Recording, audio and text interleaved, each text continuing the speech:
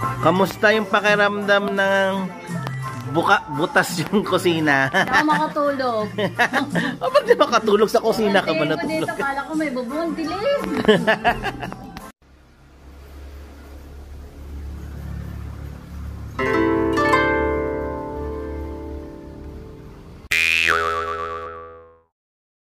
Day 2. Ito pa lang ang nagagawa, yung gilid.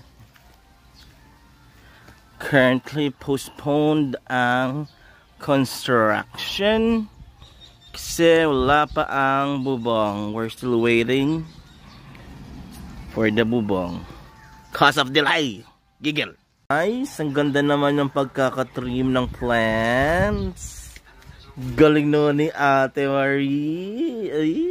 Okay, pero ano, may supposedly delivery ng bubong today sa amin. So, nagka-follow up ako kasi nade-delay. Follow up po kay sa bubong para kay Lorna Landing Shop. Nandiyan na ba? Wala pa rin. Pero on the way na kasi hindi pwede ma-delay today.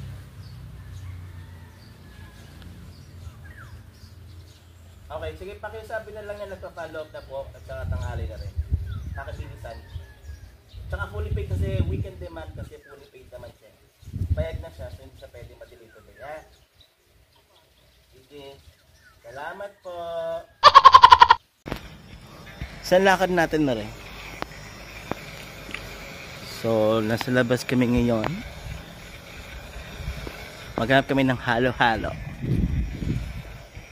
Init. Walang magawa sa bahay. Wala kasing kuryente. My God. Ayan, Kalangay Elementary School. Slow down. Yun, may halo-halo. Hello po.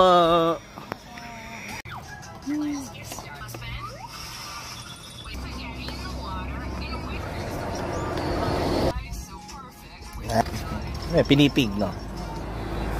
Siyempre, yay! Nice! Diba? Hello delivery is here! Alright, hello is here! Time check, 6 na. Ano yung wala dito? Eddie Bubong!